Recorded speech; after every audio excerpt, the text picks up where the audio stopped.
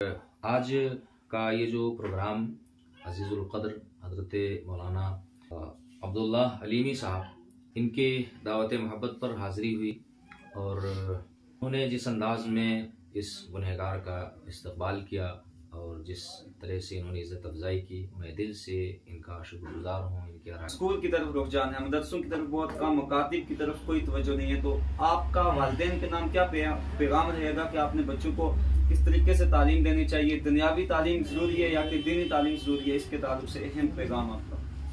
حدیث شریف میں ہے کہ علم یہ مومن کی گمشدہ دولت ہے، تو وہ جہاں پائے اسے حاصل کرے۔ آخر پر ہم آپ سے جاننا چاہیں گے کہ آپ نے قیمتی اوقات میں سے آپ نے وقت نکالا اور سرزمین کشمیر خاص کر پونچھ میں آپ تشریف لائے، تو کیسا لگا یہاں پر آ کر آپ کو؟ اگر فردوس بر روئے زمین است ہمیں نستو ہمیں نستو ہمیں نست، یعنی اگر جنت روئے زمین پر کہیں موجود ہے تو یہی کشمیری ہے۔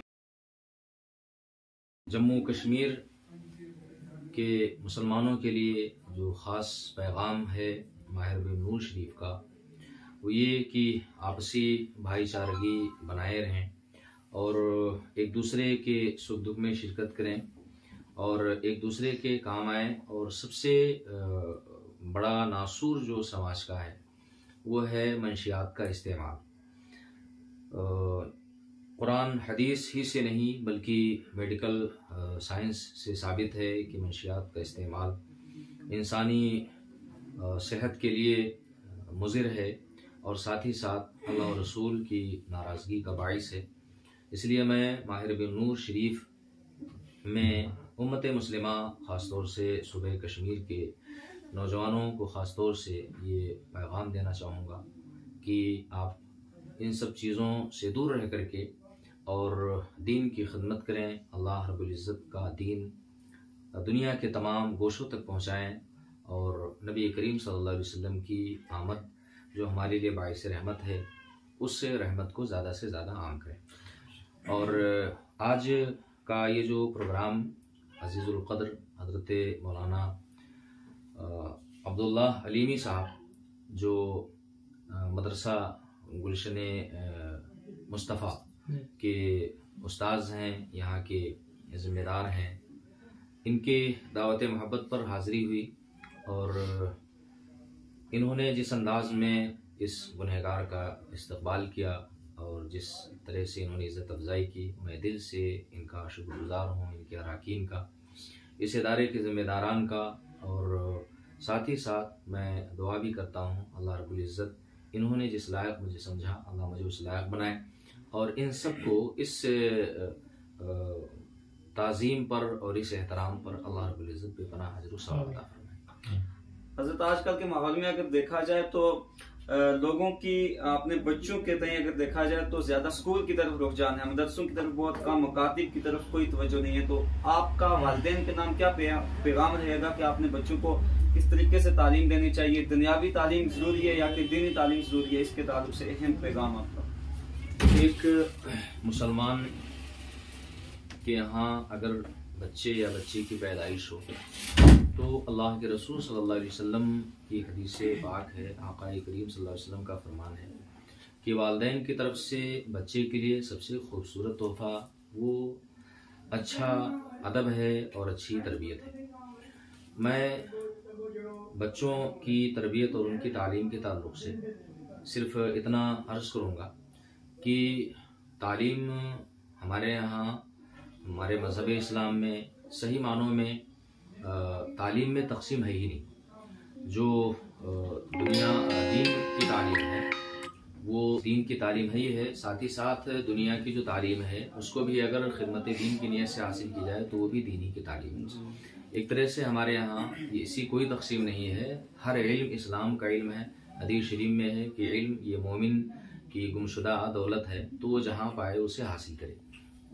اس سلسلے میں عرض اتنی سی کرنی ہے کہ ہمارا بچہ جب باشعور ہو تو ہم سب سے پہلے اسے دینیات کی تعلیم دیں، اس کے عقائد، اس کے نظریات کو ہم مضبوط کریں اور اسے اسلامی تہذیب، اسلامی ثقافت، اسلامی کلچر سے روشناس کرائیں، اور جب اس کا عقیدہ، اس کا نظریہ پختہ ہو جائے اور وہ اپنے دینیات میں رسوخ حاصل کر لے تو پھر ہم اسے جس لائن میں وہ جانا چاہے ہم اسے اس لائن میں ڈال سکتے ہیں. اگر وہ عالم دین بننا چاہتا ہے ہم عالم دین بنائیں، اگر وہ ڈاکٹر بننا چاہتا ہے ہم اس لائن میں اسے ڈالیں. لیکن سب سے پہلے ضروری یہ ہے کہ ہم اپنے بچے کے عقیدے کو پختہ کر دیں، اسے قرآن پڑھا دیں اور اسے اپنے نبی کی سیرت پڑھا دیں، دینیات کی تعلیم دے دیں. اس کے بعد وہ جس لائن میں جانا چاہے جا سکتا ہے. ہمارے یہاں تعلیم میں کوئی تقسیم نہیں ہے، ہر تعلیم یہ در حقیقت دینی کی جاتی ہے. اگر آخر پر ہم آپ سے جاننا چاہیں گے کہ اپنے قیمتی اوقات میں سے آپ نے وقت نکالا اور سرزمین کشمیر خاص کر پونچھ میں آپ تشریف لائے، تو کیسا لگا یہاں پر آ کر آپ کو؟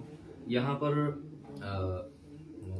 شہنشاہ جہانگیر جو ہندوستان کے بڑے شہنشاہ گزرے ہیں، انہوں نے کشمیر کو دیکھ کر کے اور صوبے کشمیر کے حسین مناظر کو دیکھ کر کے ایک بڑا خوبصورت شعر کہا تھا کہ اگر فردوس بر روئے زمین است ہمین استو ہمین استو ہمین است، یعنی اگر جنت روئے زمین پر کہیں موجود ہے تو یہی کشمیری ہے. صحیح معنوں میں یہاں پر حاضری میری ہوئی اور میں نے یہاں کے خوبصورت مناظر، دل فریب جھرنے اور گاتی بلکھاتی ندیاں اور اچھلتے ہوئے چشمے اور یہاں کے حسین باغات دیکھ کر کے اللہ کا شکر ہے کہ مجھے خوشی کا احساس ہوا. میں نے اللہ کی نعمت پر شکر ادا کیا اور دل میں احساس پیدا ہوا کہ جب دنیا اتنی خوبصورت ہو سکتی ہے تو اللہ کی بنائی ہوئی جنت اتنی خوبصورت ہوگی. اور ساتھ ہی ساتھ یہاں کی جو زیارت گاہیں ہیں، لاکھ سوا لاکھ اولیاء کرام یہاں وادیوں میں پہاڑ کے دامنوں پر آرام فرما ہیں اور وادی کشمیر کی آغوش میں آرام فرما کر یہاں کی حفاظت فرما رہے ہیں. تو ان میں سے چند زیارت گاہوں کی حاضری بھی مجھے نصیب ہوئی، خاص طور سے شاہدہ اندرا شریف اور سری نگر میں حضرت بل اور حضرت مخدوم صاحب علیہ رحمہ، حضرت بابا داؤد خاکی اور ساتھ ہی ساتھ حضرت شاہ ہمدان کی نشستگاہ. یہ ساری چیزیں دیکھنے کا جو مجھے شرف حاصل ہوا، میں اس پر اللہ کا جتنا بھی شکر ادا کروں کم ہے. میں اپنے ان عزیز اور اپنے ان محترم طلباء اور تلامذہ اور اپنے عزیز بچوں کے لیے دل سے دعا کرتا ہوں جنہوں نے مجھے یہاں دعوت دی، بلایا، عزت کی اور مجھے یہ مواقع فراہم کیا. اللہ تعالیٰ سب کو سلامت رکھے. دین کا جو کام کر رہے ہیں اللہ تعالیٰ اس میں مزید انہیں ترقی عطا فرمائے، اخلاص کی دولت عطا فرمائے. اور ہمارے سید صاحب اللہ جنہوں نے سید طاہر بخاری صاحب، اللہ تعالیٰ انہیں امام بخاری کا فیضان عطا فرمائے اور آل رسول ہیں، اللہ تعالیٰ ان کے قدموں کی برکتوں سے ہم سب کو فیضیاب فرمائے. اعلیٰ حضرت نے فرمایا تھا دو جہاں میں خادم آل رسول اللہ کر حضرت آل رسول مقتدیٰ کے واسطے.